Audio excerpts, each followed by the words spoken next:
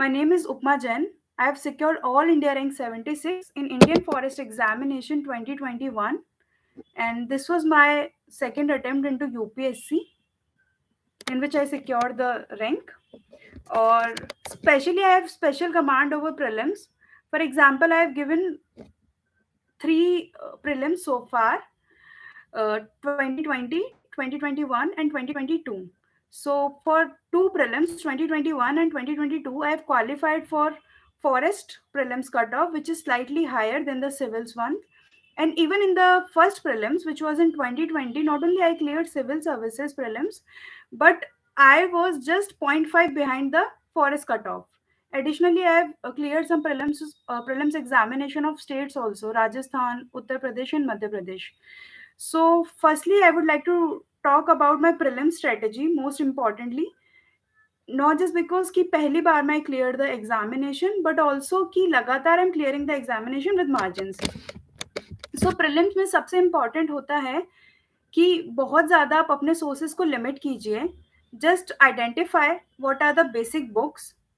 एक holistic cover आपको करना होता है, मतलब आपको कोई भी सब्जेक्ट छोड़ना नहीं होता है outrightly. You have to cover all of the things in required proportions.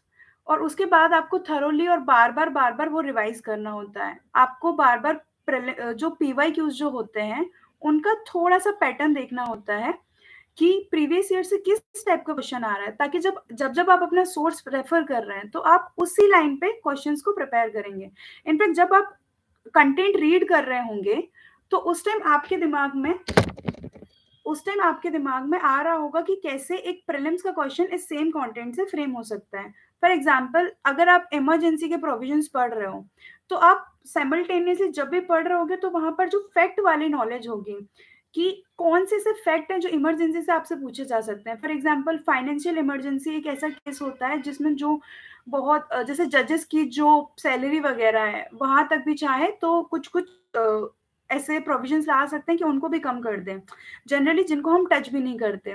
तो this can be a fact for prelims. तो जब भी आप पढ़ रहे हो तो बहुत एक्टिवली आपको पढ़ना है कि कौन से फैक्ट ऐसे हैं जो डायरेक्टली प्रीलिम्स में पूछे जा सकते हैं. Okay. Suraj and also some of you are commenting कि प्लीज इसको इसको कवर करो. आई थिंक मैं बस 5 से 10 मिनट में बहुत ब्रीफली प्रीलिम्स और मेंस के बारे में एक बार ओवरव्यू बात कर लेते हैं. उसके बाद आप लोगों के कमेंट में जो जो चीजें मेरे को दिखती जाएंगी that I will take line by line, है ना. Will that work? एक बार मैं ब्रीफली बता देती हूँ, फिर उसके बाद okay okay Suraj. So what I am saying कि सबसे पहले आप अपने जो एक एग्जॉस्टिव लिस्ट बनाइए. वैसे तो सबको हमें पता होता है बेसिक जो सोर्सेज होते हैं, पर इफ यू वांट तो आप एक बार पॉलिटी के लिए लक्ष्मीकांत है, हिस्ट्री के लिए मॉडर्न हिस्ट्री के लिए स्पेक्ट्रम है, आपकी जो एनसीईआरटीज है वो बहुत इंपॉर्टेंट आती हैं, ज्योग्राफी के लिए एनसीईआरटीज इंपॉर्टेंट है. ऐसे आप सारे सब्जेक्ट का एक लिस्ट डाउन कर लीजिए and please keep yourself limited.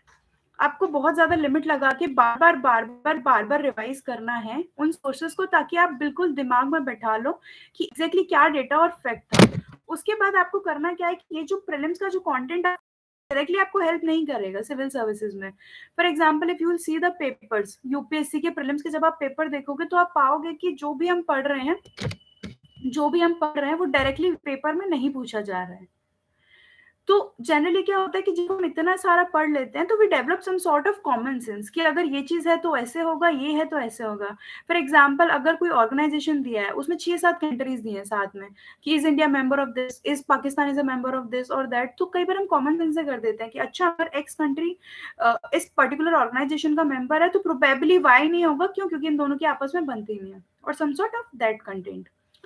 तो ऐसे आपको प्रीलिम्स के लिए बेसिक नोट्स बनाने हैं. नोट्स बनाना या बुक से आप रिवाइज करते हैं, जैसे भी आप कंफर्टेबल हैं, आपको अपना सिलेबस टाइमली कंप्लीट करना है और बहुत बहुत बहुत ज्यादा रिवाइज करना है, क्योंकि एट लास्ट 2 घंटे में आपको अपना सारा नॉलेज जो है वो प्रोड्यूस करके आना है प्रीलिम्स के अंदर, which is a challenge ultimately, है ना. तो keep a focus on revision and specially practice. PY Q practice कीजिए, टेस्ट सीरीज प्रैक्टिस कीजिए काफी सारे, ताकि आप बहुत अटेंटिवली 2 घंटे पेपर को अटेम्प्ट कर पाए. अब हम बात करते हैं, ये तो हुआ प्रीलिम्स का मोटा मोटा जीएस का. और also you need not to forget about CSAT. आपको सीसेट जो है वो भी बहुत अच्छे से प्रिपेयर करना है, क्योंकि आप लोगों ने देखा होगा कि इंजीनियर्स और बहुत अच्छे मैथमेटिकल बैकग्राउंड के जो लोग होते हैं, वो भी सीसेट में कई बारी फेल कर जाते हैं। तो आपको बहुत ज़्यादा ध्यान रखना है कि सीसेट आप इग्नोर नहीं कर रहे हैं। तो उसके लिए सबसे अच्छा तरीका है, रादर देन जस्ट गोइंग कि आप ब्लाइंडली सीसेट पढ़ना शुरू कर देते हैं, कल से सीसेट की एक मैथ की कोई बुक लाके, उससे ज़्यादा अच्छा तरीका है कि आप एक बार सीसेट का टेस्ट लगा के देखिए कि आप कहाँ स्टैंड कर रहे हैं। For instance there can be 3 cases, या तो ऐसा हो सकता है कि आप बहुत ज़्यादा मार्जिन से दूर हैं, for example you are scoring like 150, 120, 130 even, तो आपको टेंशन लेने की कोई ज़रूरत नहीं है, आप आराम से जीएस प्रिपेयर कीजिए, एंड में बस एक बार प्रैक्टिस करके चले जाइए। सेकेंडली ये हो सकता है कि आप या तो मार्जिन पे या फिर आपका स्कोर जो है वो काफ़ी पुअर है, तो इन दैट केस आपको थोड़ी-सी अटेंशन की ज़रूरत है सीसेट में।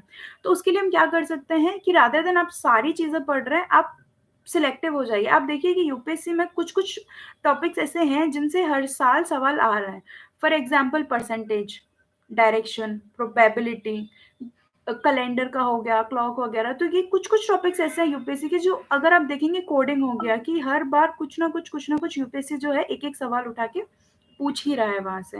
तो आप क्या कर सकते हैं कि ये जो लो हैंगिंग फ्रूट है कि हर बार इनसे क्वेश्चन आ रहा है, इन सारे टॉपिक्स को आप प्रिपेयर कर लीजिए मैथ्स में और रीजनिंग में, और इनको बार-बार प्रैक्टिस कीजिए। And also you can do comprehensions. Comprehension जो है उनको आप बार-बार थोड़ा-सा, अगर आप कॉम्प्रिहेंशन को पहले तो ये दिमाग से निकाल दो कि ये इंग्लिश का टेस्ट होता है, ऐसा नहीं है। कॉम्प्रिहेंशन मीन्स कि कोई भी चीज़ दी गई है, आप कितनी जल्दी उसको समझ के उसको एक बहुत उसका क्रक्स समझ पा रहे हो कि what is actually has been said और डिक्टेटेड टू यू, और उसका अंडरलाइंग मीनिंग क्या है। तो आप कॉम्प्रिहेंशन को जब आप सॉल्व करोगे ना, तो आपको पता चलेगा कि 1-2 ऐसे बहुत, जैसे कॉम्प्रिहेंशन में ऑल्सो ना there are kind of questions, हमको सारे एक से लगते हैं पर ऐसा होता नहीं है। एक इन्फ्रेंस वाले होते हैं कि लॉजिक क्या है, अकॉर्डिंग टू ऑथर क्या है। तो अगर आप थोड़ा-सा, हाय आयुषी, अगर आप थोड़ा-सा भी ध्यान दोगे, तो क्या होगा कि आपके जो कॉम्प्रिहेंशन्स हैं, वो अच्छे से हो जाएँगे। तो ऐसे करके आप क्या करो कि एक बार तो खुद को टेस्ट करके देखो, फिर सिलेक्टिव कर लो। What you need to do is कि जस्ट आइडेंटिफाई कि कौन से ऐसे क्वेश्चन्स हैं जो आप सही करते हो, उनको इनफ प्रैक्टिस कर लो ताकि फाइनल पेपर में गलत ना हो। जस्ट सेट अ मार्जिन कि 90 से 100 क्वेश्चन, मतलब 90, रफली आपको 40 के आस-पास क्वेश्चन भी सही नहीं करने होते हैं। मतलब 40 भी अगर आपका एवरेज सही जाता है, तो आप बहुत दूर हो, मतलब 3-4 नंबर का मार्जिन आपको वहाँ पे मिल जाता है। तो uh, this is mainly about prelims, GS और सीसेट। और अब बात करते हैं मेंस की। तो मेंस में there are 4 topics to cover, और उसके साथ-साथ आपका ऑप्शनल जो भी होता है वो। तो सबसे ज़्यादा आप याद रखना कि मेंस में optional is very important along with, okay, I'll take everyone's questions. Don't worry, just give me 5-10 minutes more so that I can tell everything from my end, है ना? वो फिर आपको हेल्प हो जाएगा ओवरऑल एक रफ प्लान के लिए, उसके बाद I will take individual questions. Okay, तो जीएस में बेसिकली हमें total all and all 7 paper देने होते हैं। एक आपको ऐसे का पेपर देना होता है, 4 जीएस के पेपर्स होते हैं और 2 ऑप्शनल के होते हैं। तो सबसे ज़्यादा मेंस में जो इम्पोर्टेंट है वो है ऑप्शनल। मतलब optional is something you can not compromise on. Good evening Rajkamal. हाँ, तो ऑप्शनल इज़ समथिंग जो आपको कैसे भी कॉम्प्रोमाइज़ नहीं करना है। सबसे ज़्यादा आपको कोशिश ये करनी है कि ऑप्शनल एक ऐसा सब्जेक्ट है प्लस ऐसे। ऐसे में ऐसा होता है कि जनरली या तो लोगों के बहुत हाई मार्क्स आते हैं या people tend to score less. For instance मेरे ऐसे में काफ़ी अच्छे मार्क्स आते थे। I used to score 135 plus marks in essay. That too very simply I will tell you how.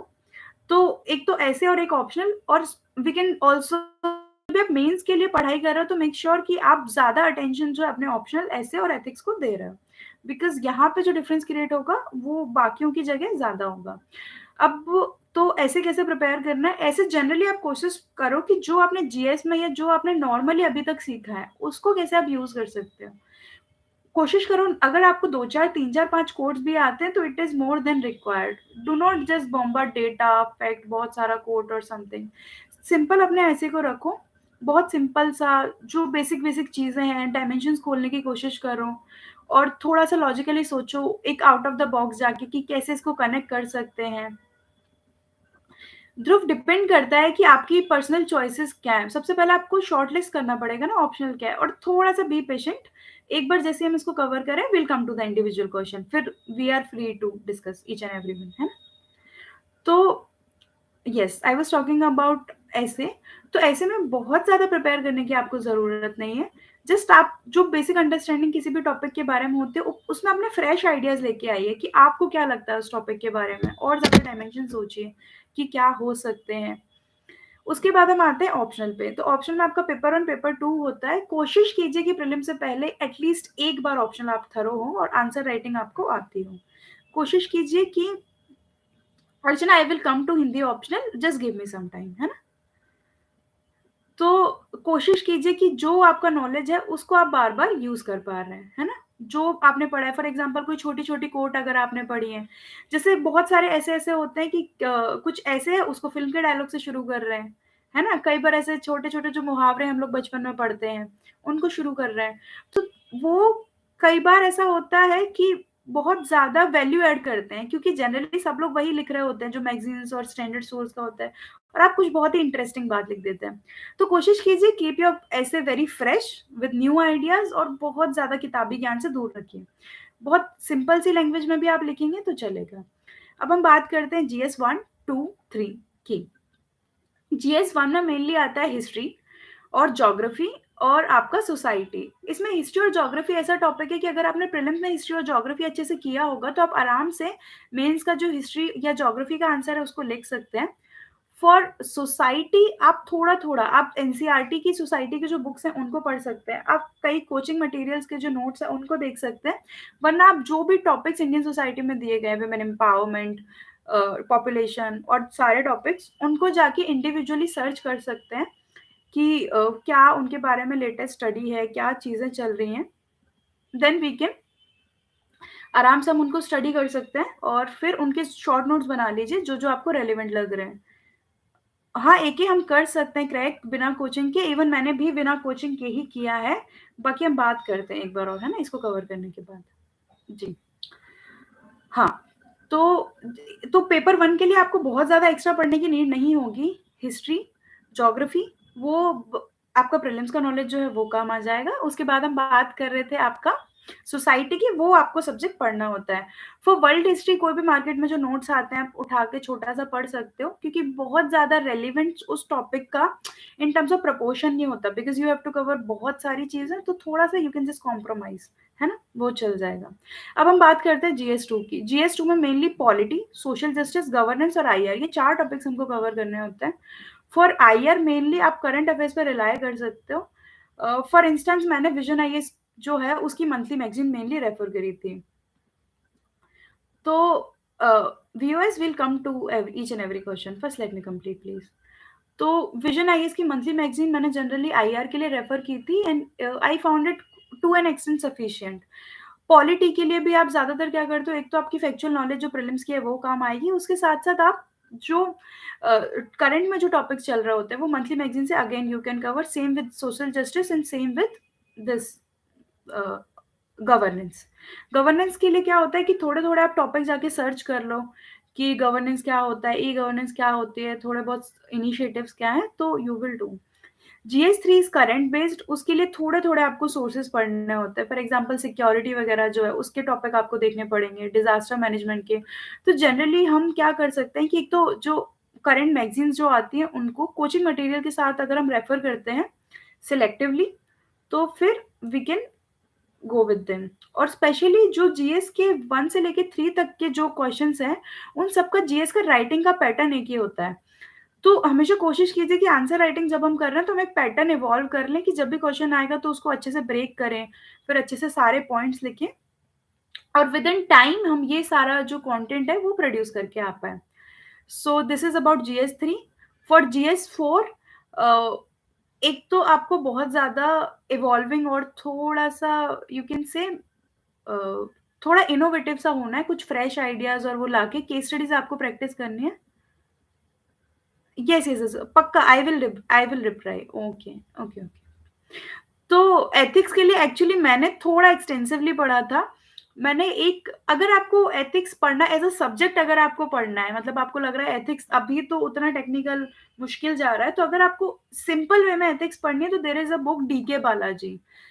It is such a lovely book, मतलब आप पढ़ोगे आपको लगेगा ही नहीं कि आप कुछ पढ़ रहे हो। मतलब बुक बहुत प्यारी बुक है DK Balaji for studying purposes, पर for mains For which coaching you have prepared for UPSC? Sonu, I have prepared UPSC from myself.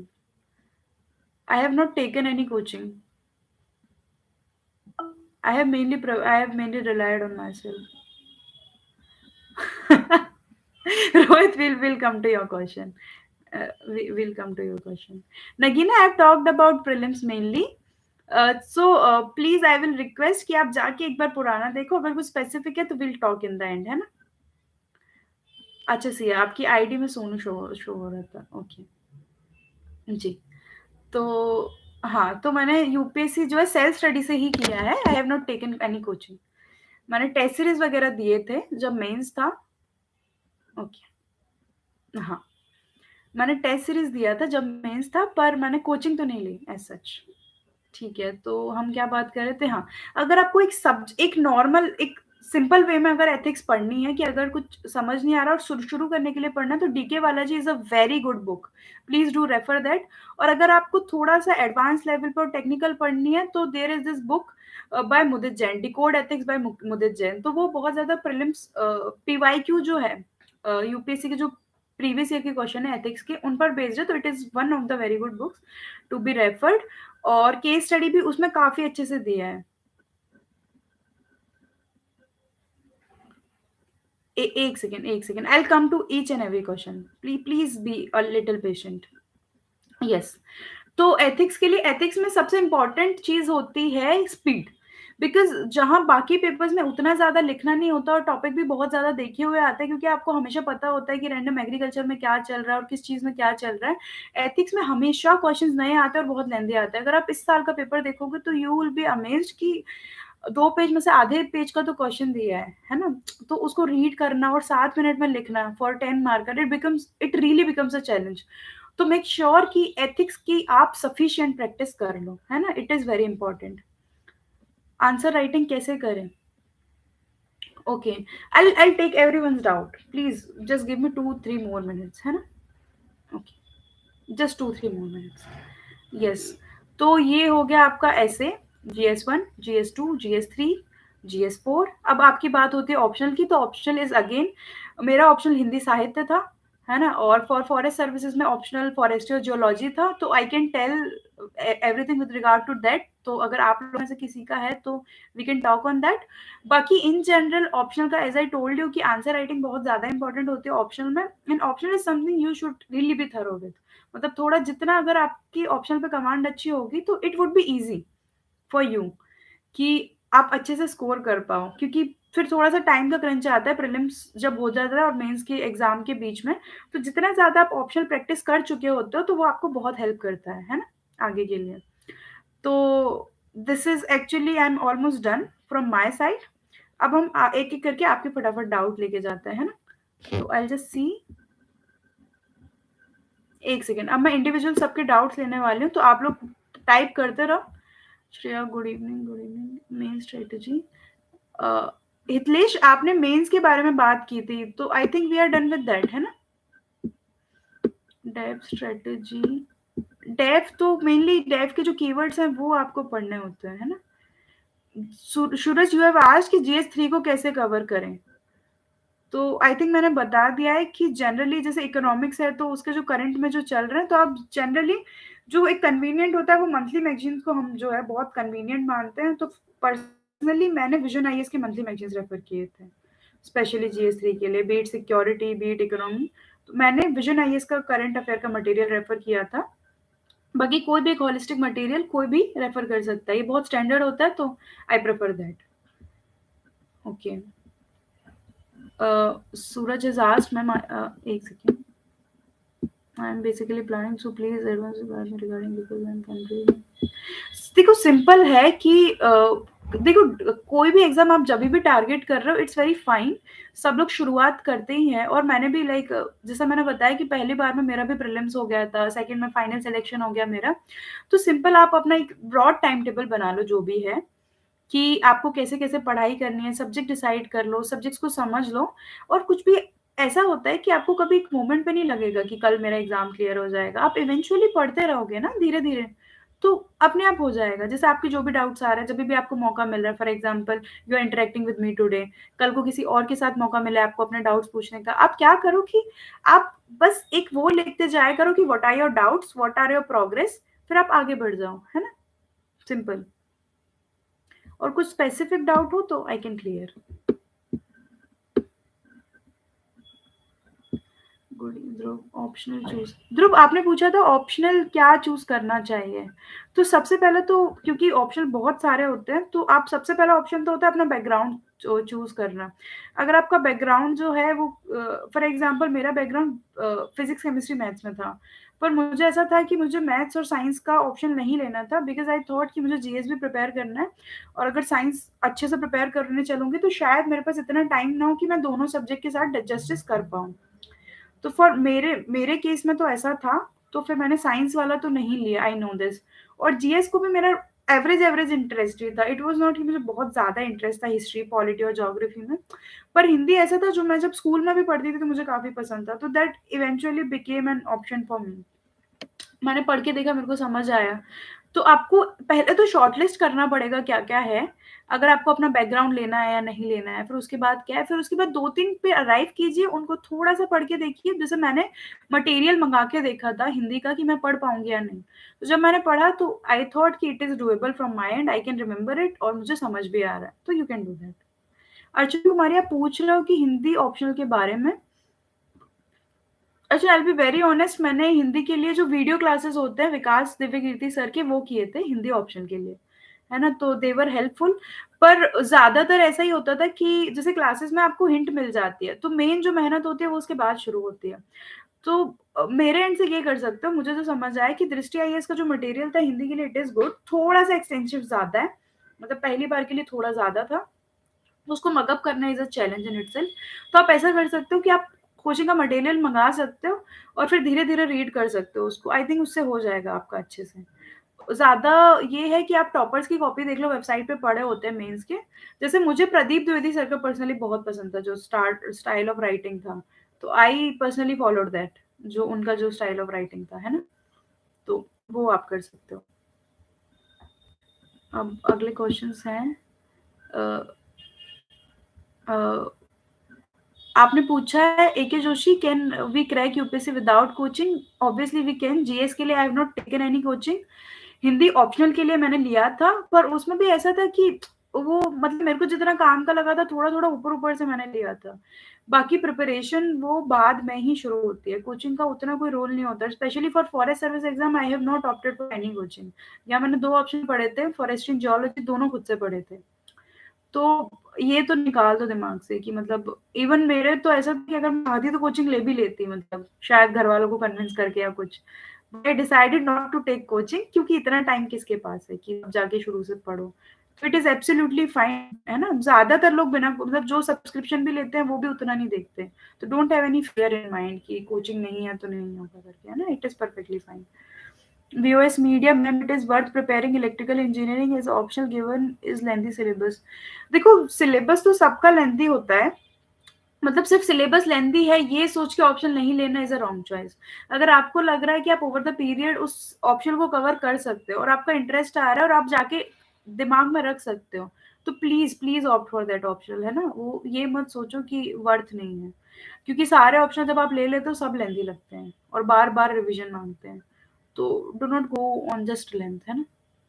अगला है, okay viewers I have replied you. Ethics के बारे में Archana, I have talked. For which coaching you have prepared? I have not taken any coaching, as I told. पढ़ाई में मन ना लगे तो क्या करें? यार देखो सिंपल है, पढ़ाई में मन का तो ऐसा है कि फाइंड द रीजन कि आपको क्यों पढ़ना है, क्यों आईएएस बनना है ना? क्योंकि ऑफिसर बनने के बाद बहुत सारी रिस्पॉन्सिबिलिटी आने वाली है आपके पास। मतलब एक ऑफिसर ये नहीं बोल सकता ना आज मेरा काम करने का मन नहीं है, मैं नहीं जाऊंगा ऑफिस। आप जब ड्यूटी पे होगे, आप पुलिस ऑफिसर बनोगे, आप ड्यूटी पे होगे, आपके शहर में कोई दंगा हो रहा है, इलेक्शंस हो रहे हैं, तो you can not make any excuse ना कि आज मेरा मन नहीं है, आज नहीं करूँगा। तो ये सोचो बस कि जो एग्ज़ाम आप प्रिपेयर कर रहे हो, उसके बाद कितनी रिस्पॉन्सिबिलिटी आपके ऊपर आने वाली है ना? आप कितने सारे लोगों के लिए मोटिवेशन बनोगे, आपके ऊपर कितनी सारी ड्यूटीज़ आने वाली हैं। तो अब हमें जब इतना सारा काम करना है, तो हम पढ़ाई जितना छोटा-सा काम नहीं कर सकते क्या? तो just have enough of motivation with you, है ना? तो हो जाएगा। जस्ट फाइंड द मोटिवेशन ना, आगे तो फिर और मेहनत करनी है हमें। मतलब ऐसा बिल्कुल नहीं होता है कि सिलेक्शन के बाद चीज़ें ईज़ी होती हैं। ट्रस्ट मी, वहाँ से मुश्किल होना शुरू होती हैं और ज़्यादा रिस्पॉन्सिबिलिटीज़ आती हैं और ज़्यादा टाइम क्रंच होता है। पर क्योंकि इट इज़ योर चॉइस, तो फिर करना है अच्छे से, है ना? मैम प्री के लिए बताएँ, आई think I have talked enough. Ma'am minimum कितने क्वेश्चन सॉल्व करने होंगे प्रीलिम्स के लिए, सेफर साइड में रहने के लिए? विजय लुक, एक चीज़ मैं बताती हूँ आपको कि जैसे-जैसे यूपीएससी का हर साल एग्ज़ामिनेशन आता जा रहा है, प्रीलिम्स का स्पेशली, तो उसमें क्या होता जा रहा है कि बहुत ज़्यादा अनप्रेडिक्टेबल आंसर, मतलब अनप्रेडिक्टेबिलिटी आती जा रही है। फॉर इंस्टेंस जो यूपीएससी में आंसर कीज़ जो होती हैं, अगर आप अलग-अलग कोचिंग्स की देखोगे, विजन की, वाजीराम की, इनसाइट आईएएस की, और भी जो सारी टॉपर्स की, कुछ भी जो मार्केट में अवेलेबल है, तो आप देखोगे कि उनके जो आंसर्स हैं उनमें प्रेडिक्शंस हैं। तो इसका मतलब ये है कि यूपीएससी में एक्यूरेसी पे तो हम नहीं खेल सकते, क्योंकि जब हम सारे सोर्सेस लगा के आंसर पे अराइव नहीं कर पा रहे, तो we can not be sure कि हमने जो ऑप्शन वहाँ एग्जाम हॉल में मार्क किया है वो बहुत ज्यादा सही होगा। तो आई बिलीव, जैसे I use to attempt in range of hundreds, जैसे मैं 97, 98, 96, मैं पहले अटेम्प्ट में 87, सेकंड में 95, और इस बार 97 अटेम्प्ट किए थे। So generally I prepare for more, जैसा मैंने बताया कि मेरे फिर मार्क्स भी ज़्यादा आते हैं, पर फिर भी सेफर साइड में रहने के लिए आई बिलीव एटलीस्ट 80-90 के रेंज में आपको करना पड़ेगा, बिकॉज़ वी आर अज्यूमिंग कि एटलीस्ट 95 तो कट ऑफ है ना? क्योंकि हो सकता है 87 हो, 88 हो, पर थोड़ा-सा सेफर साइड में रहने के लिए हम आगे वेट नहीं कर सकते ना। जब आप प्रीलिम्स देके आओ, यू कैन बी श्योर कि मेरा एग्ज़ाम क्लियर हो रहा है, so that you can prepare अच्छे से मेंस का। तो एटलीस्ट 8, मतलब 80 to 90 is a safer range we can say. 80 के आसपास कुछ भी चलेगा, 80, 81, 82 और 90 के आसपास कुछ भी चलेगा। 79 तक भी चल जाएगा, 78 तक भी चल जाएगा, पर प्लीज़ ऐसा मत कीजिए कि आप फाइनल में 60 या 70 क्वेश्चन करके आ रहे हैं। मतलब वो फिर मतलब very difficult in general for everyone कि हम यूपीएससी के पेपर को इतना एक्यूरेटली अटेम्प्ट करके उस दिए हुए टाइम में, बहुत मुश्किल होता है क्योंकि क्वेश्चंस पढ़े हुए नहीं होते हैं, है ना?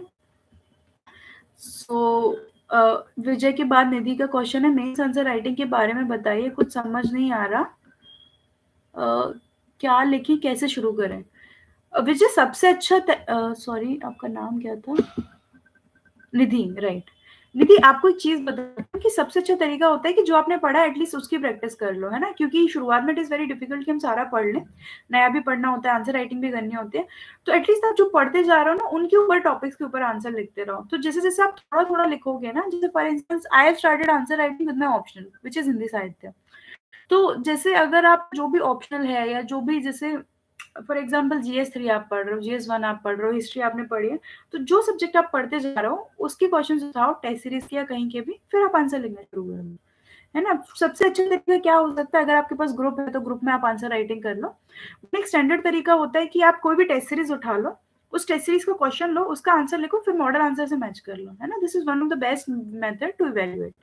मतलब हर चीज़ में कोचिंग और किसी की गाइडेंस की ज़रूरत नहीं है। आप बस देखो, मॉडल आंसर में चेक करो कितना रेलेवेंट जा रहे हो आप, है ना? That will help.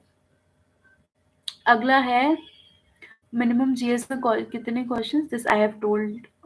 Rajkamal Singh ने पूछा, मैम करंट अफेयर्स कैसे पढ़ें, न्यूज़पेपर पढ़ने में काफ़ी समय चला जाता है और नोट्स भी ज़्यादा बन जाता है दोबारा पढ़ने का। ठीक है, Rajkamal, I agree, current affair newspaper से पढ़ना मुश्किल होता है। आप क्या कर सकते हो, जैसे अगर आप स्पेशली अभी वाले प्रीलिम्स को टारगेट कर रहे हो, तो आप पीटी 365 रेफर कर सकते हो विजन आईएएस की, और थोड़ा बहुत जो इंपॉर्टेंट और 2-4 सोर्सेस से आप चाहो तो कवर कर सकते हो। बाकी आप ये कर सकते हो कि 1-2 स्टैंडर्ड सोर्स पकड़ लो, जैसे फॉर एग्जांपल विजन आईएएस का करंट पकड़ लो, या फिर किसी शून्य का करंट पकड़ लो, या जो भी एक कोई भी अपनी मर्जी से ले लो, और एक कोई टेस्ट पकड़ लो। एटलीस्ट दो दो सोर्सेस तो आई वुड सजेस्ट कि आप ले सकते हो करंट अफेयर के, ताकि एक होलिस्टिक कवर हो जाए। और न्यूज़पेपर को आप ऐसे कर सकते हो, न्यूज़पेपर को आप पढ़ते जाओ, जो बहुत काम का लग रहा है उसका नोट्स बना लो। इट इज नॉट नेसेसरी कि सारा ही बनाओ आप, क्योंकि मुश्किल होता है, आई एग्री। तो बस ऐसा करते जाओ कि पढ़ना चालू रखो, और जो सिंपल टॉपिक्स उनके नोट्स बनाते जाओ। उससे होगा कि जब आप करंट अफेयर के लिए मैगजीन पढ़ोगे ना, तो वो पढ़ना बहुत मतलब ईज़ी जाएगा आपको, तो that will be helpful for you, है ना? और क्योंकि आप सोर्स एक ही रखोगे, कोई मैगजीन या कुछ भी, तो वो आपके लिए रिवाइज़ करना भी ईज़ी पड़ेगा। मिनिमम कितने question? Okay, Archana, I have told you. Okay, अरे 1 सेकंड, क्या हुआ? Mains answer writing. Okay. Manish आपने पूछा कि आंसर राइटिंग कैसे करें? आई थिंक मैंने बता दिया है ना, जो पढ़ते जा रहे हो उसकी एटलीस्ट करते जाओ। Miss my English language so many spelling mistake, how to remove this problem? Manish होता है कई बार कुछ-कुछ जो स्पेलिंग मिस्टेक्स की प्रॉब्लम होती है। अगर देखो आपका मीडियम हिंदी है, फिर तो आपको बिल्कुल भी टेंशन लेने की ज़रूरत है ही नहीं, है ना? क्योंकि बस आपका एक इंग्लिश लैंग्वेज का पेपर होगा, जो आप आसानी से क्लियर कर दोगे। पर अगर आपका पेपर का मीडियम इंग्लिश है, तो ठीक है, मतलब आप थोड़ा-सा और चीज़ों पे काम कर लो, कंटेंट वाले फ्रंट पे, आंसर राइटिंग वाले फ्रंट पे, और धीरे-धीरे कोशिश करो कि कहाँ स्पेलिंग मिस्टेक हो रही है, धीरे-धीरे प्रॉब्लम सॉल्व हो जाएगी। मतलब बहुत सारे लोग हिंदी साहित्य में लेने के बाद भी हिंदी गलत लिख देते हैं, पर चल जाता है। धीरे-धीरे, धीरे-धीरे कम हो जाता है। तो आप धीरे-धीरे काम करोगे ना, बस कोशिश करो कि ये चीज़ आपके दिमाग में है कि आपसे गलती होती है, तो आप जाके उसको ठीक कर लो।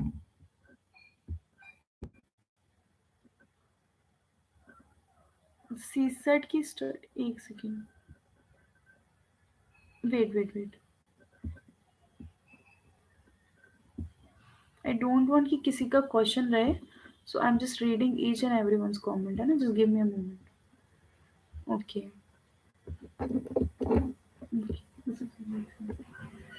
Current affairs I have told already. Manish,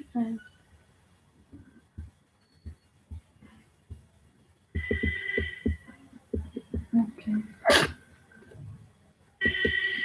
ठीक है, तो आई थिंक इंग्लिश वाली प्रॉब्लम आपकी सॉल्व हो जाएगी। आप धीरे-धीरे काम करो, and in case you are an Hindi medium student, फिर तो कोई लोड है ही नहीं, है ना? मैम मिनिमम कितने question which I have told? Nidhi आप बोल रहे हैं कि ऑप्शनल के बारे में बुक लिस्ट। तो हिंदी साहित्य के लिए मैंने जो जनरली मैं बताती हूँ, जैसे एक ब्रॉड में तो मैंने दृष्टि आईएएस का मटेरियल रेफर किया था, उसके साथ जो आपकी पेपर 2 में जो बुक्स होती हैं, जो ओरिजिनल टेक्स्ट जो होते हैं, दिव्या, गोदान, और जो भी आपके सिलेबस में मेंशन है, उनकी ओरिजिनल बुक्स आपको पढ़नी होती हैं, मतलब एटलीस्ट 2 से 3 बार, सो दैट जब गद्य वहाँ से आता है तो आपको पता चलता है ना? तो एक बार आप सिलेबस निकालना, उसमें एक्चुअली लिस्ट दी है, मतलब अंटिल अदर ऑप्शनल्स हिंदी में एक्चुअली लिस्ट भी दी है कि आपको ये पढ़ना है, तो वो आपको पढ़ना पड़ेगा एक बार। Miss I don't know where to start UPSC journey, means कहाँ से शुरू करूँ, प्रीलिम्स या मेंस से? देखो मनीष, जब आप शुरुआत करते हो ना, तो बहुत स्ट्रिक्ट सेपरेशन होता नहीं है प्रीलिम्स या मेंस का। सबसे पहले आपको क्या करना है कि आप सब्जेक्ट पढ़ना शुरू करो, एक बार एनसीईआरटी से शुरुआत कर दो। एनसीईआरटी मतलब सबसे मेन काम तो ये होता है कि सबको समझ आती है, तो आप एनसीईआरटी से सिंपल शुरू कर दो। और जो भी सारी चीज़ें हैं, मतलब ज्योग्राफी है, हिस्ट्री, एक बार उनको सब्जेक्ट की तरह पढ़ लो, आप बेसिक अंडरस्टैंडिंग बना लो, उसके बाद आप पेपर पे स्विच करना, है ना? तो सबसे पहले जो बेसिक जीएस है उसको पढ़ो, एनसीईआरटी से पढ़ो, पॉलिटी है तो लक्ष्मीकांत से पढ़ो, हिस्ट्री है तो अगेन स्पेक्ट्रम से पढ़ो। जब इतना आप कर लो और थोड़ा अपना ऑप्शन पढ़ लो, फिर उसके बाद आप देखना कि प्रीलिम्स क्या है, मेंस क्या है, मतलब बिना सब्जेक्ट का नॉलेज के आप कैसे आइडेंटिफाई करोगे, है ना? Which books should be prefer after completing NCERT? Shreya, you can switch to standard book. अगर आपकी बुक, अगर आप सब्जेक्ट स्पेसिफिक बोलोगे, तो सबसे ज़्यादा जो मैं बार-बार नाम ले रही हूँ कि 2 स्टैंडर्ड बुक तो होती हैं, एक स्पेक्ट्रम, एक लक्ष्मीकांत। उसके बाद अगर एनवायरनमेंट है तो शंकर आईएएस रेफर कर सकते हो आप। इकोनॉमी में तो मृणाल के नोट्स यू कैन रेफर, पर एक क्रक्स ऑफ इंडियन इकोनॉमी करके अतुल गर्ग के नोट्स होते हैं, अतुल गर्ग या अतुल श्रीवास्तव के, that also one can refer. बाकी करंट बहुत ज़्यादा रेफर करना होता है, तो वो आप देख लेना एक बार। ओके। ओके, ज्योति निकेशन। मैम करंट अफेयर्स प्री का कैसे पढ़ें, न्यूज़पेपर पढ़, हाँ, आई have told this. Sonu, I after school should I go with coaching और सेल्फ स्टडी फॉर यूपीएससी? आप सेल्फ स्टडी करके शुरू कर सकते हो, स्कूल के बाद तो आप कॉलेज जाओगे, तो start with self study. NCERT एक बार अच्छे से पढ़ो, थोड़े से सब्जेक्ट समझने की कोशिश करो, फिर होगा, है ना? ओके, वेलकम सूरज। अर्चना कुमारी, नोट मेकिंग कैसे करें? नोट्स के लिए जनरली आप क्या करो कि जो सब्जेक्ट्स आप पढ़ते जा रहे हो ना, उनको साइड में लिखते जाया करो। नोट बेसिकली क्या करना होता है ना, कि जो चीज़ें हमें याद नहीं रहती और जो फैक्चुअल नॉलेज होता है, उसको साइड में लिखना होता है। ऐसा नहीं होता है कि बहुत फ्लारी और बहुत सुंदर से नोट्स बनाने होते हैं। सिंपल ऐसे लिखो कि दिमाग में बस अच्छे से घुस जाए। तो जो आप पढ़ रहे हो और आपको लग रहा है भूलोगे, make notes of that. It is very simple. जैसे-जैसे पढ़ते जा रहे हो, जो भी काम का लग रहा है, रेलेवेंट लग रहा है भूलोगे, just write it down. It's simple. सारा कुछ कॉपी पेस्ट नहीं करना है, जो भूलोगे बस वही लिखना है। Manish, my optional is political science and IR, so it is possible to, भाई टीना डाबी है आपके ऑप्शनल की। एवरीवन क्लियर्स विद, लाइक सारे ऑप्शन में मार्क्स आते हैं और सारी ही चीजें, मतलब हर ऑप्शन का इंसान क्लियर कर रहा है, हर साल टॉपर चेंज होता है, तो यस यू कैन। मेरा बैकग्राउंड संस्कृत है मैम। तो अविनाश, आई डोंट गेट योर क्वेश्चन, मतलब संस्कृत है तो क्या आपको लिटरेचर लेना है संस्कृत का, मतलब आपका क्वेश्चन क्या है? ज्योतिष स्टडी में मन कैसे लगाएं? अरे, मतलब मोटिवेशन ढूंढो यार, क्या है आपके लिए, क्यों पढ़ना चाहते हो वो आइडेंटिफाई करो। यही सोचो, फिर आगे अगर पढ़ाई नहीं करोगे तो मतलब एक जनरल जो ट्रेंड होता है कि फिर कुछ अच्छा कर लोगे तो you will have power and freedom to do things. और स्पेशली अगर सिविल सर्विसेज की आप बात करो तो बहुत कुछ कर सकते हो आप अपनी सोसाइटी के लिए, अपने लोगों के लिए, तो which is a decent motivation to work hard. Dhruv, आप बोल रहे हो मेरा कॉमर्स बैकग्राउंड था, अच्छा आपने ऑप्शन के रिगार्डिंग बात की थी, तो आप एक बार कंसिडर कर सकते हो कॉमर्स एंड अकाउंटेंसी लेने का ना, एक बार उसका सिलेबस देखना। तो सबसे पहले तो ये आइडेंटिफाई करो कि क्या आप कॉमर्स एंड अकाउंटेंसी ले रहे हो, है ना? उसका सब्जेक्ट देखो, उसके पीवाईक्यूज देखो, अगर नहीं तो फिर क्या ऑप्शंस हैं। तो जनरली ऐसा होता है कि जो जीएस के जो टॉपिक्स होते हैं, पीएसआईआर, सोशियोलॉजी, एंथ्रोपोलॉजी, ये सारे एक ऑप्शन में होता है, तो do check what is your area of interest. Manisha Devi ma'am, current कैसे करें हिंदी मीडियम?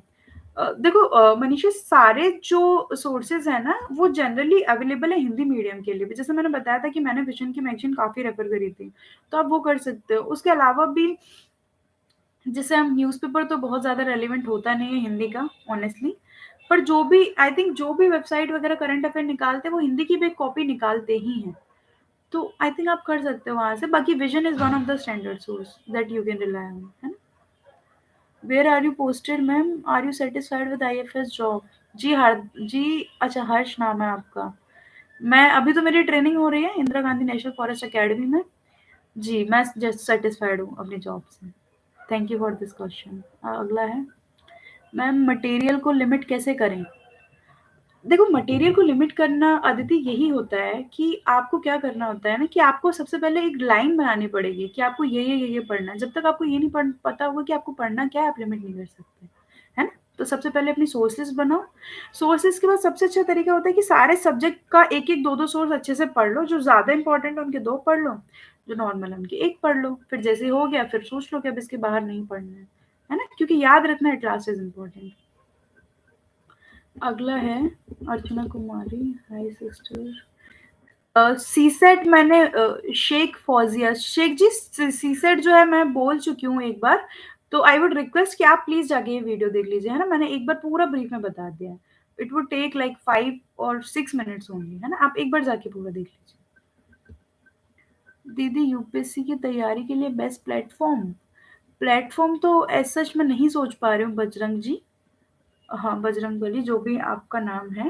प्लेटफ़ॉर्म तो ऐसा सच में नहीं सोच पा रही हूँ, बस आप ये कर सकते हो कि जो-जो सोर्सेज़ हैं, जहाँ-जहाँ, जो-जो नहीं, आप कोशिश ये करो कि बेसिक कंटेंट रखो अपने पास, और जहाँ नहीं समझ आ रहा वहाँ यूट्यूब या गूगल की हेल्प ले लो। ओनली आईएएस है, उसको आप करंट के लिए रेफ़र कर सकते हो, पर सिलेक्टिवली सारा अपने हिसाब से, है ना? जो नहीं समझ आ रहा है वहाँ हेल्प ले लो। ये सबसे बेस्ट तरीका होता है। अगला है जो हम प्रीलिम्स स्मार्ट स्ट्रेटजी बताओ। एक सेकंड। बाप रे! आई थॉट कम है क्वेश्चन, बहुत सारे ऐड ही होते जा रहे हैं। सीसेट की दीदी जीएस अच्छा नहीं लगता। बेटा नहीं लगता तो क्या करें? थोड़ा तो पढ़ना पड़ेगा ना अपन को। एक सेकंड शायद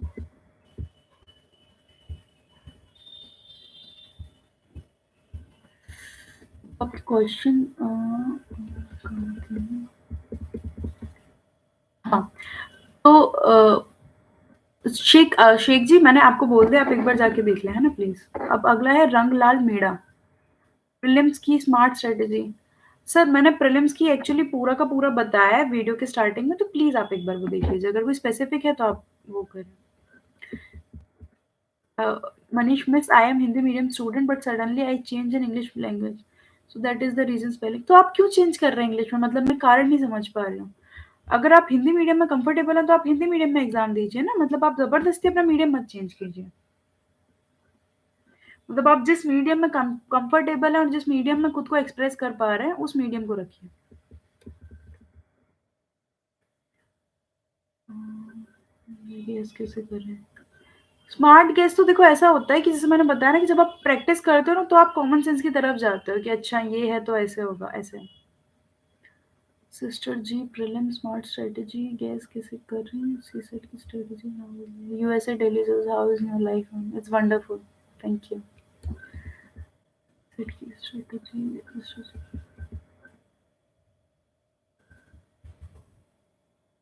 मोटिवेशन स्टोर वाईटी दीदी जीएस अच्छा नहीं लगता। तो आप बस ये कर सकते हो कि ऑप्शन में आपके पास चॉइस है, आप जीएस के अलावा कुछ और पढ़ लो। देखो बेसिकली क्या है कि आप हमें सब्जेक्ट तब अच्छे नहीं लगते जब हम उनको ढंग से पढ़ते नहीं है, तो कोशिश आप ये करो कि एक बार इवेंचुअली एक एक करके आप टॉपिक्स को उठाओ, थोड़ा सा उनको समझने का प्रयास करो। जैसे जैसे आपकी समझ बढ़ती जाएगी ना, आई एम वेरी श्योर कि आपको सब्जेक्ट अच्छे लगने लगेंगे। It is a matter of time. थोड़ा सा पेशेंस रखो आप, और थोड़ा सा पेशेंस रख के पढ़ते जाओ आगे।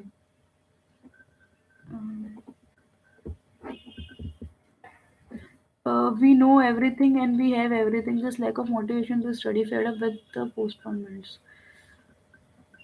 तो मैं वही बता रही हूँ ना कि देखो सबसे ज़्यादा I will tell you my motivation whenever I used to feel down, जब भी मुझे ऐसा लगता था कि नहीं हो रहा और नहीं हो पाएगा, तो हमेशा मेरे दिमाग में एक ही चीज़ होती थी, Upma it is just one person of you, like तुम केवल खुद से हो। अगर तुमने आज नहीं भी पढ़ा, कुछ नहीं किया, तो मैक्सिमम ये हो सकता है कि तुम्हारा सिलेक्शन ना हो, which is not a big deal. पर कल को तुम्हें आईएएस बनना है, आईपीएस बनना है, आईएफएस बनना है, आईआरएस बनना है, किसी सर्विस में जाना है ना? तो वहाँ कितने सारे अर्जेंट काम होंगे, कितने लोगों का काम आपके ऊपर टिका होगा, है ना? तो वो कितनी बड़ी ज़िम्मेदारी है। आपकी एक गलत डिसीज़न से बहुत सारे लोगों की जो लाइफ़ है, उसको नुकसान हो सकता है। तो अगर आप इतनी बड़ी रिस्पॉन्सिबिलिटी के लिए आ रहे हो, तो मोटिवेशन तो चाहिए ना, मतलब इतना ज़्यादा काम आपके ऊपर दिया जा रहा है, आपको इतनी ज़्यादा रिस्पॉन्सिबिलिटीज़ दी जा रही है, इतनी पावर दी जा रही है, वो इसीलिए ताकि आप फाइनल चेंज ला सको सोसाइटी में, अपने लोगों के लिए, एंड पीपल रिमेंबर कि आपने कुछ अच्छा काम किया in long run. CSAT I have told you, मैं take English medium all the मेरे पता है paper in English, minimum resource, limited resource, maximum revision, yes. दीदी यूपीएससी में आती है, I don't get your question. दीदी पॉलिटी समझ नहीं आती, कैसे कुछ अच्छे तरीके से समझें? आप एनसीईआरटी से शुरुआत कर दो। आप मतलब अगर पॉलिटी थोड़ी भी मुश्किल लग रही है तो एक बार एनसीईआरटी पढ़ के देखो। धीरे-धीरे जब आपको एनसीईआरटी समझ आने लगेगी, तो आई एम वेरी श्योर कि आपको समझ आ जाएगा पॉलिटी, है ना? How to prepare for environment science and technology for science environment के लिए आप स्पेशली शंकर आईएएस वाली बुक पढ़ सकते हो। It is exhaustive. फिर आप क्या कर सकते हो, अगर आप थोड़ा सा और स्विच करना चाहते हो तो पीएमएफआईएस करके एक वेबसाइट है, तो उसको और रेफर कर सकते हो, है ना? उसमें कुछ कुछ कंटेंट अच्छा दिया है। Science and technology current affair के दो तीन सोर्सेज उठा के कर सकते हो। जनरली मैं ऐसा करती थी कि करंट अफेयर को मेन सोर्स रखती थी, फिर जो नहीं समझ आता था उसकी जाके वीडियोस देख लेती थी। तो this is something. Volcano ma'am personality test के लिए कुछ गाइड कर दीजिए, आपका इंटरव्यू कैसा हुआ था?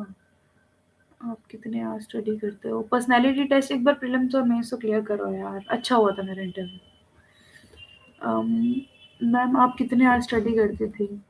पावनी there is no fix time कि मतलब मैं ये सोच के जाऊँ कि आज 6 घंटे पढ़ना है या 7 घंटे पढ़ना है। As a student I believe कि मेरा पूरा फ़ोकस यही होता था कि मैं कैसे ना कैसे ज़्यादा टाइम पढ़ सकूँ। मेरा बेंचमार्क होता था कि एटलीस्ट 8 से 10 घंटे तो पढ़ना है। एटलीस्ट 8 घंटे मैं ट्राई करती थी कि दिन भर में सुबह से लेके रात तक पढ़ पाऊँ। कभी ज़्यादा भी होते थे, कभी कम भी होते थे। मेरी कोशिश ये होती थी कि मैं मैक्सिमम टाइम पढ़ पाऊँ। तो 8 से 10 घंटे का एक स्लॉट, वो कभी ऊपर कभी नीचे हो जाता था अकॉर्डिंग टू द टाइम। जैसे अगर मेंस का टाइम है या फिर बहुत कम टाइम बचा है, तो कभी-कभी वो 12 घंटे भी पहुँच जाता था कि पूरा दिन बस पढ़ रहे हैं बैठ के। और कई बार ऐसा होता था कि कभी ट्रैवल करना हो गया या तबीयत खराब हो गई या कुछ और हो गया, फैमिली में कुछ हो गया, तो वो थोड़ा-सा कम भी हो जाता था। तो कोशिश करती थी कि जितना ज़्यादा टाइम है उतना पढ़ पाऊँ।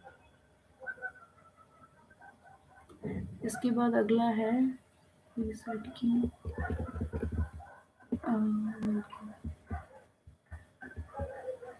शिट मैंने शायद पता नहीं आपको आवाज़ गई है या नहीं गई है। मैंने बोला कि आप रीसेट के लिए एक बार इसी वीडियो को जाके स्टार्टिंग में देख लीजिए, है ना? मैंने सारा कुछ बोल चुकी हूँ मैं।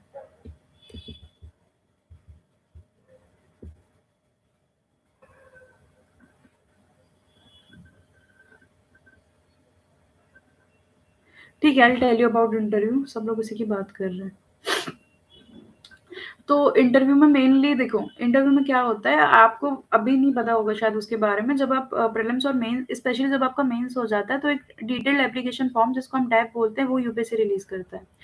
तो उस डैप में क्या होता है कि आपके सारे जो एकेडमिक डिटेल्स होते हैं, प्लस जो आपके फैमिली बैकग्राउंड और जो सारे आपके एकेडमिक डिटेल्स, आपके फैमिली बैकग्राउंड की डिटेल्स और आपकी जो हॉबीज़ हैं, इंटरेस्ट एरिया हैं, वो सब आपसे फिल कराते हैं। कई सारी पहले से इन्फॉर्मेशन फिल्ड होती है, कई नहीं कराते हैं।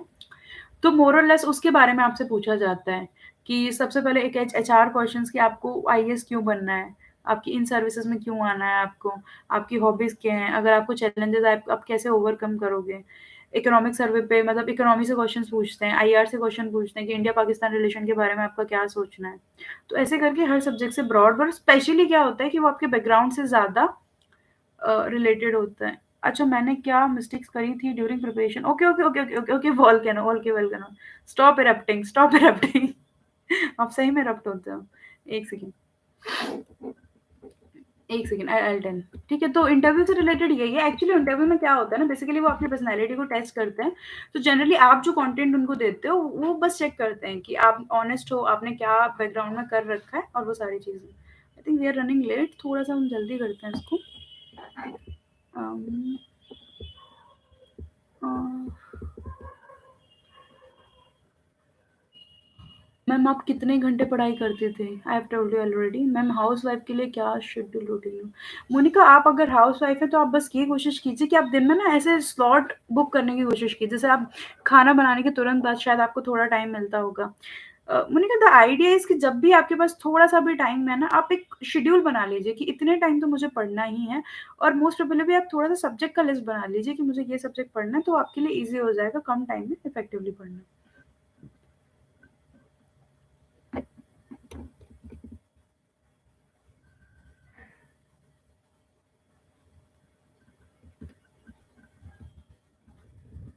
ठीक है, मैं ड्यूरिंग माई प्रिपरेशन क्या गलती थी मैं बता दूँ? मुझे जो पर्सनली लगा था, मेरी जर्नी में तो मुझे बहुत ज़्यादा नहीं लगा था, क्योंकि अगर पहले अटेम्प्ट में बात करो तो प्रीलिम्स मैंने बहुत मार्जिन से क्लियर किया था, and even in first attempt also I was close to main, मतलब मेंस बहुत कम मार्क्स से मेरा मिस हुआ था, जिसमें जीएस का थोड़ा रहा था टाइम क्रंच की वजह से, और सेकंड में आई क्लियर्ड फाइनल।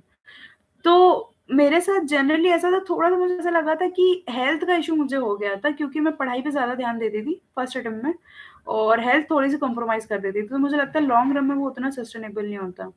फिर वापस से मैंने हेल्थ को भी प्रायोरिटाइज़ रखना शुरू किया, थोड़ा बहुत खाने-पीने के फ्रंट पे, एक्सरसाइज़ के फ्रंट पे, तो उससे मुझे लगा कि मेरी ओवरऑल प्रोडक्टिविटी काफ़ी बढ़ गई थी।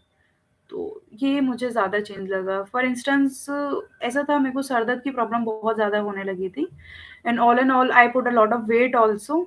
तो during my UPSC journey only, जब फिर मैंने ऐसे डिसाइड कर लिया कि हेल्थ को कॉम्प्रोमाइज़ नहीं करना है, तो फिर I started proper dieting and all. तो even I lost some 18 kgs of weight, कुछ 18 किलो के आस-पास मैंने अपना वज़न भी कम किया था, थोड़ा हेल्दी लाइफ़स्टाइल जी के एंड ऑल। तो ये मुझे ज़्यादा मेजर मिस्टेक लगी थी कि थोड़ा-सा ऐसा था कि बहुत आइसोलेशन में चली गई थी। तो शायद तक से फिर मेरे को लगता है कि रिटेनिंग पावर उतनी नहीं बचती। तो ज़्यादा आप खुद पे भी ध्यान देते हो, हेल्थ के टर्म में अगर कॉम्प्रोमाइज़ ना करो तो प्रोडक्टिविटी परत बढ़ जाती है। मैम आप कितने घंटे, मैंने बता दिया। All the best, thank you. कौन-सा मिस्टेक किया था आपने? Sumit, I done it with self study है ना, तो यू कैन आल्सो। हाँ, I don't think there is a matter of open, और ओपन से ग्रेजुएशन का आई डोंट थिंक कोई सीन होता है ना? यूपीएससी की वेबसाइट में तो कहीं ऐसा मेंशन नहीं है, तो आई डोंट थिंक कोई प्रॉब्लम होगी। Yes, USA डे मैम आप या यू ट्रेनिंग और you get your design station. Since I'm selected this year only, तो अभी तो I'm training. After that I'll get my desired station. I'm posted in Gujarat. Please बताइए mistake क्या की थी?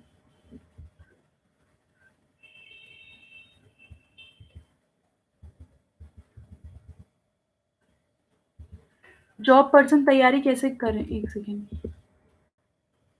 मैं बीए ओपन से graduate, Manish I have replied है ना? और Thakur of UP ma'am, UPSC में फॉर्म अगर फिल करते हो तो अटेम्प्ट काउंट किया जाएगा? नहीं, नहीं, नहीं, नहीं ठाकुर, यूपीएससी में फॉर्म फिल करने पे अटेम्प्ट काउंट नहीं होता है, नहीं होता है। जब तक आप जाके एग्ज़ाम नहीं देते हो, आपका अटेम्प्ट काउंट नहीं होता है। तो it is advisable to fill the form at least. Job person कैसे तैयारी करें? देखो आप कोई भी हो, जॉब पर्सन हो, हाउसवाइफ हो, तैयारी का मतलब ये होता है कि आपको पढ़ाई करनी है किसी भी चीज़ की। तो एक एक टाइम स्लॉट बना लो कि इस टाइम स्लॉट जो है वो मेरा फ्री होता है, तो इस टाइम तो पक्के से मुझे पढ़ना है ना? It is important. अब वो आप जॉब में हो, हाउसवाइफ हो, कुछ भी हो। आई होप आप समझ रहे हो, मतलब ऐसे कोई एक तरीका नहीं होता कि आप जॉब में हो तो जॉब के साथ पढ़ो या कुछ करो। सिंपल ये होता है कि हमें, मतलब एक स्टूडेंट को भी क्या करना होता है ना, डेली पढ़ना होता है। तो सेम इज़ विद यू, जब भी आपके पास टाइम है आप एक शेड्यूल बनाएँ, टाइम के लिए अपने सब्जेक्ट्स आइडेंटिफ़ाई करें कि आपको क्या-क्या पढ़ना है। देयर आर मेनी एग्ज़ाम्पल्स जो जॉब के साथ करते हैं ना, तो it is doable, have that believe. Ma'am UPSC में फॉर्म, ये मैंने बता दिया, यूपीएससी फॉर्म बता दिया। दीदी पॉलिटी समझ नहीं आती, जिससे समझ जाए, एनसीईआरटी से शुरुआत करो आप, है ना please. IFS means GS approach. यार वो जो जनरल पढ़ा होता है ना ओवरऑल प्रीलिम्स वगैरह में, वो काम आ जाता है। ज़्यादा है तो करंट अफेयर्स वगैरह पढ़ लो। एक्चुअली मेरे साथ ऐसा था कि मेरा प्रीलिम्स काफ़ी स्ट्रॉन्ग है, तो वो जीएस से काफ़ी कुछ हो जाता था। अलग से जीएस पढ़ने का बहुत रेलेवेंस नहीं होता है, जो आप ओवरऑल जो जीएस पढ़ते हो ना वो काम आता है, और बाकी करंट से updation is must. Ma'am Gujarati में प्री दे सकते हैं। देखो आई don't think that should be an option, क्योंकि यूपीएससी का जो प्रीलिम्स होता है वो हिंदी और इंग्लिश में छपा हुआ होता है। तो as far as my knowledge is concerned, I think Hindi और इंग्लिश ही 2 मीडियम होते हैं, और Gujarati literature can be an option, है ना? जो जैसे हिंदी साहित्य होता है, कन्नड़ साहित्य होता है, वैसे गुजराती साहित्य होना चाहिए, इफ आई एम राइट। अगर ऐसा है तो आई एम नॉट श्योर, आप एक बार चेक कर लीजिएगा, है ना? फॉर्म वाला हो गया। अच्छा मोनिका, आप ट्यूशन भी पढ़ाती हैं? ओके, काफ़ी मुश्किल है फिर आपके लिए। मोनिका आप बस ये कर सकते हो कि थोड़ा-सा अगर आप कहीं से टाइम, अगर ट्यूशन का टाइम आप थोड़ा कॉम्प्रोमाइज़ कर सको, या घर पे थोड़ा हेल्प ले लो आप अपने घर घर में जो भी रिलेटिव हैं जिनके साथ आप रह रहे हो। मतलब अगर आप 3 घंटे के आस-पास भी डेली निकालोगे ना, तो देयर आर मतलब फेयर चांस कि आप कर लोगे 3 से 4 घंटे भी, अगर आप डेडिकेटेड पढ़ते हो तो। ठाकुर ऑफ यूपीएटी मैम यूपीएससी फॉर्म, ये मैंने बता दिया सर। न्यूज़पेपर कैसे रीड करें?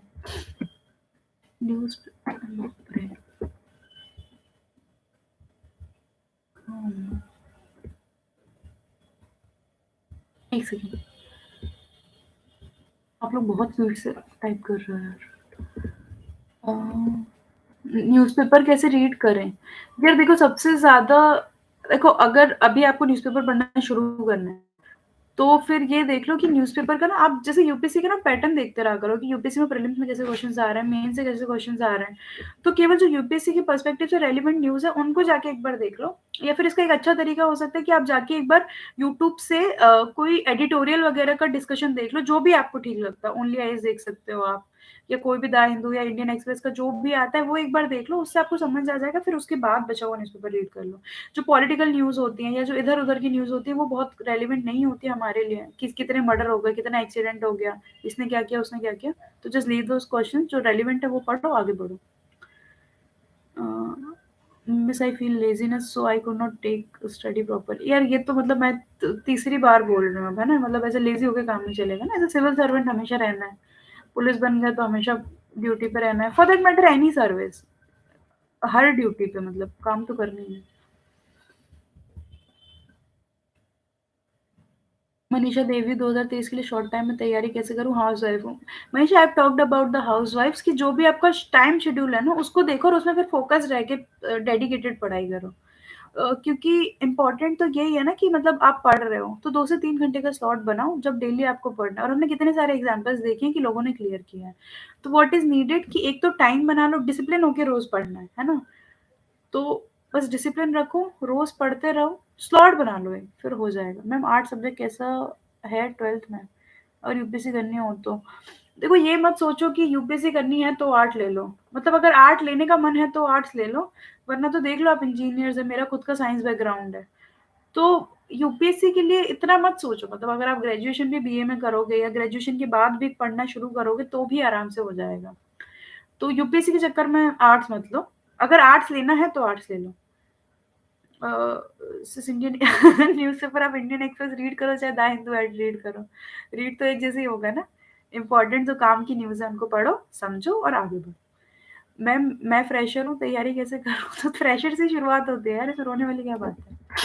सिंपल है, सब्जेक्ट एक शेड्यूल बनाओ, कब कैसे करना है, NCERTs are the best to start with. NCERT पढ़ना शुरू करो, जैसे सब्जेक्ट है उसके बाद पढ़ते जाना। After school which book I go for UPSC exam, सुनो there is a full list कि ये आपको पढ़ना है, वो आप पढ़ लेना। एक बार एनसीईआरटी खत्म करो, है ना प्लीज़। मैम मैंने मीडियम चेंज किया है, इस बार इंग्लिश में प्रिपरेशन कर रहा हूँ, बट मैं बहुत प्रॉब्लम, तो यार हिंदी से पढ़ लो। मतलब please don't change your medium, अगर नहीं कर पा रहे हो तो। मतलब जिस भाषा में अच्छे हो उस भाषा में एक्सप्रेस करो। आपने कितने ईयर प्रिपरेशन किया था? 200 प्रिपरेशन यार, मेरा मोस्टली 2 साल का आप मान सकते हो, क्योंकि इट वाज़ सेकंड अटेम्प्ट। तो मेरा ऐसा था, I was graduated when I was 20 years, तो मैं जब 20 साल की थी तब मेरी ग्रेजुएशन हो गई थी। तो मैं ग्रेजुएशन के फाइनल ईयर में वैसे भी एग्ज़ाम नहीं दे सकती थी, तो मेरे पास 1 साल था ग्रेजुएशन के बाद। I am graduated in 2019, that time I was 20।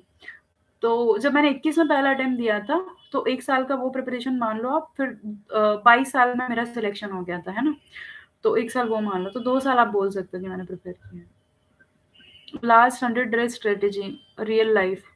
यार सबसे पहले बस लिस्ट बनाओ क्या-क्या पढ़ा है, और उसको देखो कैसे रिवाइज़ करना है, और जो बहुत बेसिक बच रहा है, वो देख लो, टेस्ट लगा लो। स्ट्रैटेजी यही है कि आप 100 दिन को ऐसे बाँट दो, 100 है ना? तो इनको कुछ ऐसे बाँट दो, 60, 30, 20, 10 ऐसे करके एक बेसिक बाँट दो कि फर्स्ट रीडिंग, सेकंड रीडिंग और third reading, that will help. Ma'am difficult होता होगा एक दिन में 2 एग्ज़ाम क्लियर करना, और कैटेगरी वाइज़ रैंक मिलती है। बट डिफ़ि एक दिन में 2 एग्ज़ाम को क्लियर करना, कैटेगरी वाइज़ रैंक मिलती है। तो डिफ़िकल्ट तो होता है ना सब लोग, मतलब ईज़ी होगा तो कैसे चलेगा? मैम आप कितनी ईयर का preparation, I have told you यार, आप लोग प्लीज़ एक ही बार टाइप किया करो, it is very difficult otherwise to read. Moti, I've already talked about answer writing. Please check.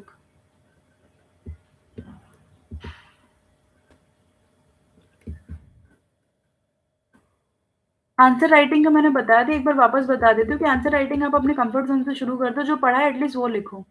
अगर हिस्ट्री पढ़ रहे हो तो हिस्ट्री के आंसर्स लिखो। इट इज़ नॉट नेसेसरी कि जीएस 1 पूरा लिखना है। एंड यार we are running late, it is already about 1 hour, तो I will just sum up, है ना? एक बार और देख लेती हूँ। I think I have talked enough. Is it necessary to take the religion? Please reply. Shani, it is not necessary. I have cleared without coaching. तो yes, no need of coaching at all, है ना? In fact कई बार coaching की वज़ह से late हो जाते हैं, क्योंकि कोचिंग का ही पढ़ते रह जाते हैं, तो नो नीड।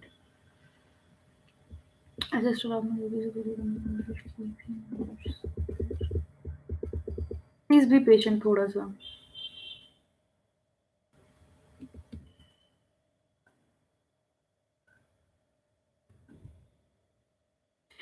चल, how to deal with mental health. यार देखो, सबसे इम्पोर्टेंट यही है कि आप एक चीज़ दिमाग में बैठा लो कि एग्ज़ाम जो है ना, वो आपकी लाइफ़ से ज़्यादा इम्पोर्टेंट नहीं है।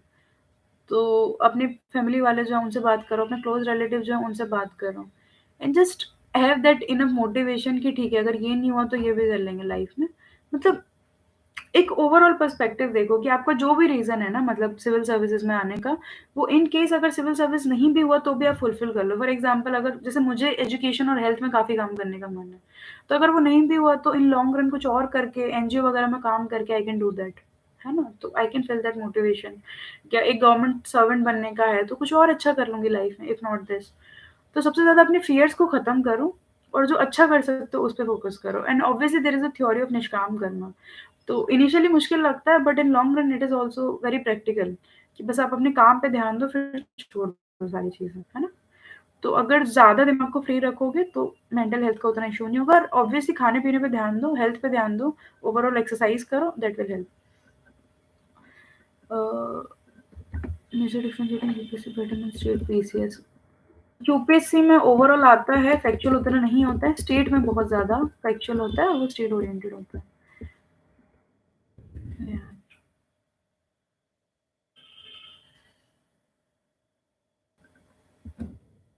पॉलिटी 10 बार पढ़ ले फिर भी पीवाईक्यू गलत हो रहा है, तो ठीक से पढ़ो यार। फिर आप एक कोशिश करो, आप एक काम करो कि पहले देखो, मतलब आपने ज़रूर वो फैक्ट छोड़े होंगे ना जो पीवाईक्यूज़ में होंगे, तो एक बार वापस जाके अच्छे से रीड करो। अगर पढ़ने के बाद गलत हो रहा है, मतलब पढ़ने के तरीके में गलती थी।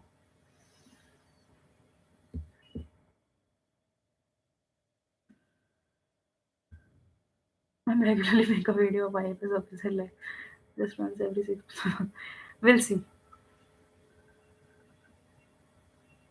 यार मैंने बता तो दिया कि अपनी हेल्थ को इग्नोर किया था, ये मिस्टेक की थी। अब मैं कौन-सी मिस्टेक बताऊँ आपको?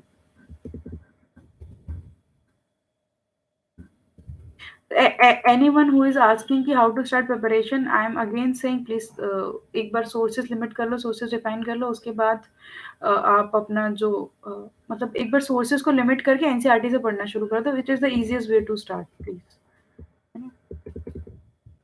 ये first year how is life in training ma'am? It is very nice. बहुत सारे लोगों से आपका इंटरेक्शन होता है, बहुत नई-नई चीज़ें जा मिलती हैं आपको सीखने के लिए।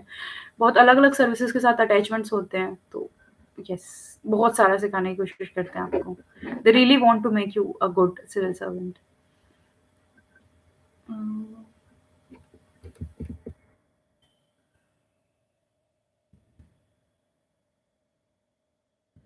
ठीक है, आई थिंक अब रेपिटेटिव क्वेश्चन ही आ रहे हैं।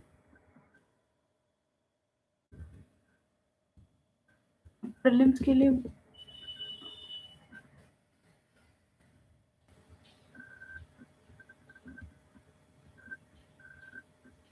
मैंने इंडियन फॉरेस्ट सर्विसेज क्यों चूज़ किया ऐसा?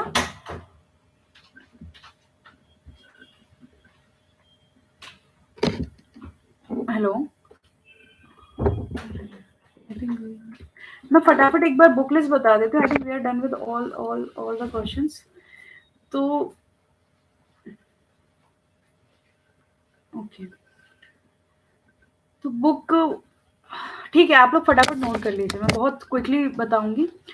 For ancient and medieval, I refer this old NCERT and I supplemented them with new NCERTs also. थोड़ा बहुत मैंने ल्यूसेंट का भी पढ़ा था, जो मेरे को फैक्चुअल काम का लगा था वो। और आर्ट एंड कल्चर के लिए Nitin Singhania plus fine art की एनसीईआरटी और अगेन एनसीईआरटीज़ जो नॉर्मल थी वो। मतलब एनसीईआरटी तो मैंने रेफर करी है हिस्ट्री के लिए, पॉलिटी के लिए, ज्योग्राफी के लिए।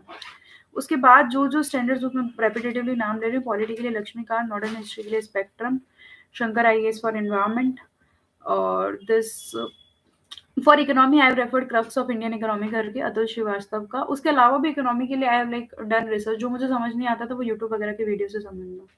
सो this is mainly basic NCERT and okay. I think I should end this video now, है ना? It's already too late. Cool. USA, it is not too late any time, है ना? चलो, okay. I think now I should done. हो गया ना? I think I have replied each and every one of you. Cool. ठीक है, फिर I hope हम एंड कर दें सेशन को। आई होप आपको सीखने को मिला होगा थोड़ा भी कुछ। और ऑल द वेरी बेस्ट जो प्रिपेयर कर रहे हैं सबको।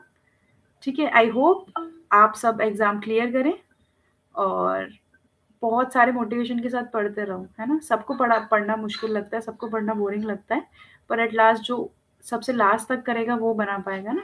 सबसे सीक्रेट वही होता है, कंसिस्टेंटली मेहनत करते रहो। ठीक है? चलो, रिवीजन स्ट्रेटेजी यही है कि ज़्यादा फोकस रिवीजन पे करो। You can divide your day into 2 3 parts also, कि शुरू सुबह कुछ नया पढ़ रहे हो, शाम को रिवाइज करो, ऐसा कुछ करके यू कैन स्टार्ट। ठीक है? Firstly you have to read all the chapters, है ना? Now I think I should end this video. Thank you everyone, और है ना, ऑल द वेरी बेस्ट।